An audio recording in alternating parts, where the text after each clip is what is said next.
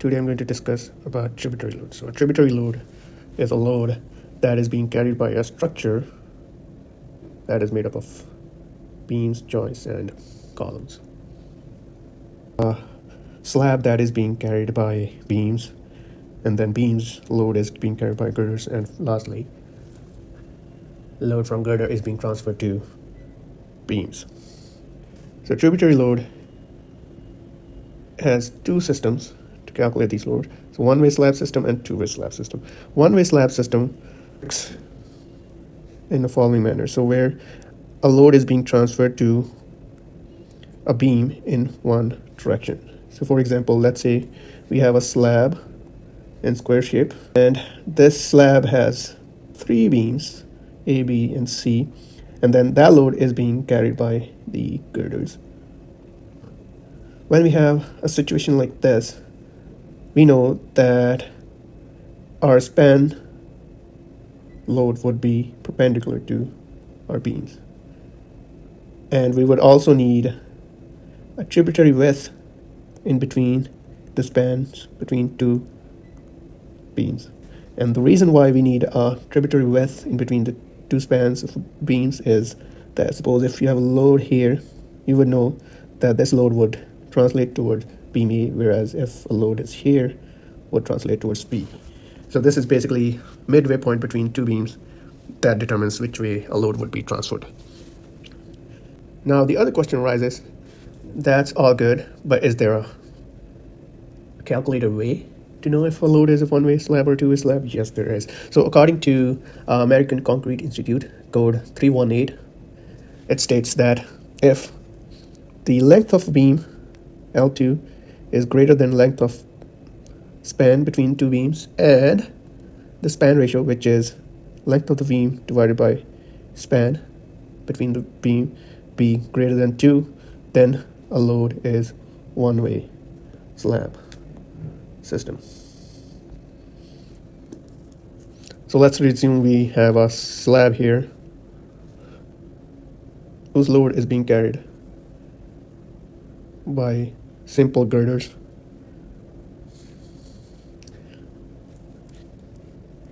In this situation, a load is two-way, and I'm going to come down to why it is. So we can see here that we have four girders surrounding this beam, and our load span for this structure would be in four direction perpendicular. There have been numerous experiments where it has been shown that once a load on slab intensifies, it starts to form cracks at 45 degrees.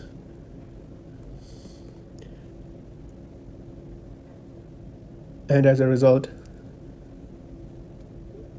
there is going to be tributary area being constructed. For example, if a load is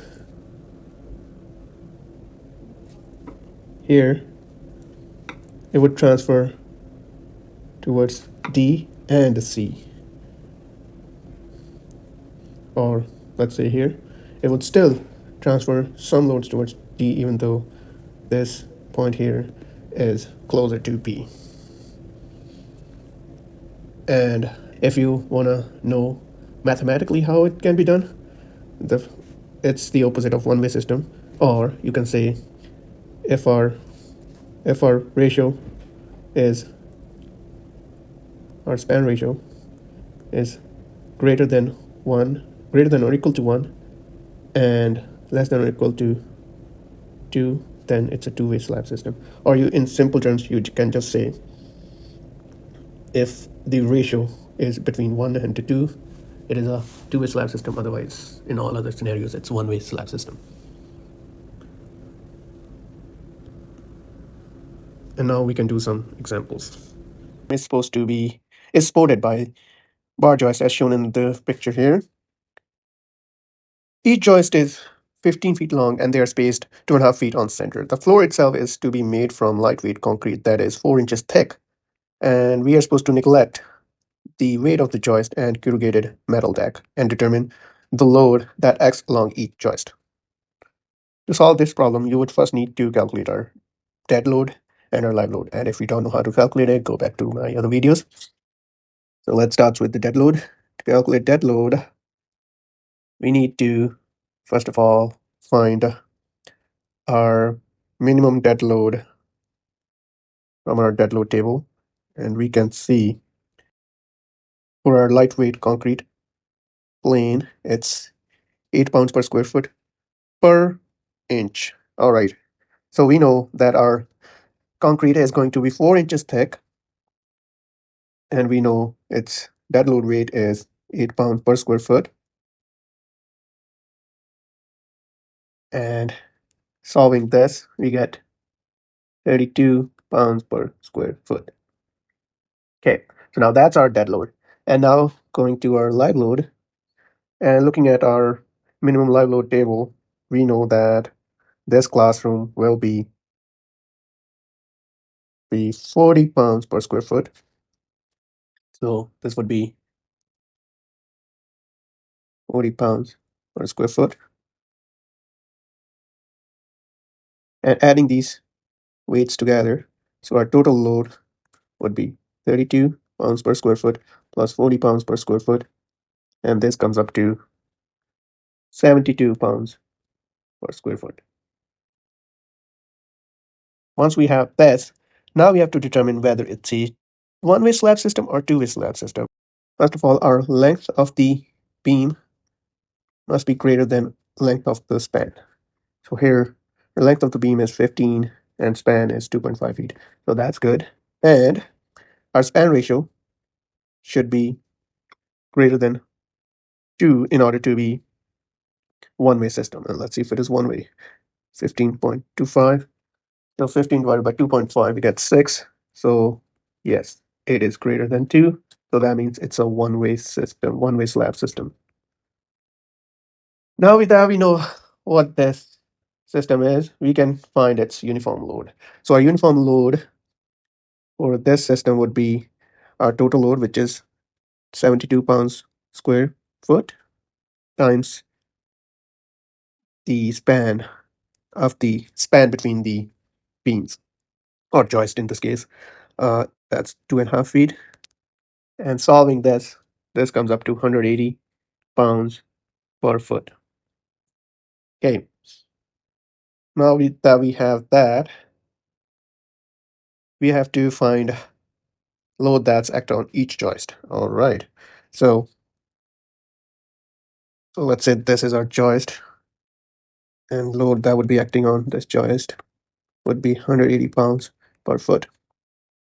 We can do one more step, and we could find the force that would be acting on each joint connection of this joist. So let's do that. In order to solve this, we would need to multiply our uniform load, which is 180 pounds per foot, times length of the joist, which is 15 foot, and this comes up to 180 times 15. This comes up to 2,700 pounds. And we know this is the total load or force. And if we divide it by 2, we would get 1,350 pound, and that would be our solution to load on each connection of this joist. 1,350, 1,350. The concrete girder on a parking garage span 30 feet and are 15 feet on the center. If the floor slab is 5 inch thick and made up of reinforced stone concrete, and the specified live load is 50 pounds per square foot, determine the distributed load the floor system transmit to each interior girder. All right, to solve this problem, first of all, let's calculate our design floor loading. For that, first of all, we need to calculate our dead load.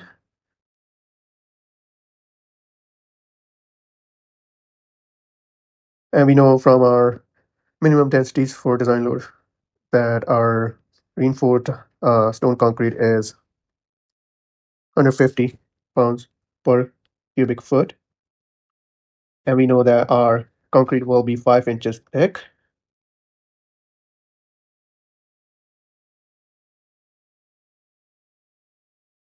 And this comes up to 62.5 pounds per square foot. And then our live load, we already know that it's 50 pounds per square foot. So our total load for this structure would be 62.5 pounds per square foot plus our 50 pounds per square foot for live load equals to 112.5 pounds per square foot. And now our second step is to find out if it is a one-way system or a two-way slab system. Okay, so first of all, we need to know if our length of the girder is greater than span or not. And we know that our girder is 15 and our span is 30. So therefore, it is a two-way system, two-way slab system. There would be a trapezoidal distributed loading on these interior girders. So to solve this, we will need to get the maximum intensity for each of these distributed loading. So we know that our total load, our uniform load is 112.5 pounds per square foot, which we have just calculated. And we know that our span for for these distributed loading is 7.5 foot. And solving this comes up to 483.75 pounds per foot. And now that we have this value, we can find the intensity on the girder. And that would be simply multiplying our value with 2, and it comes up to 16.87.5 pounds per foot. So our load on idealized beam would become something like this.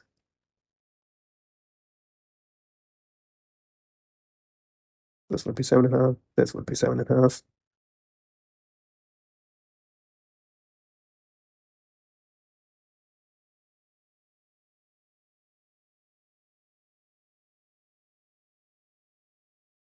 Where we have a trapezoidal shape.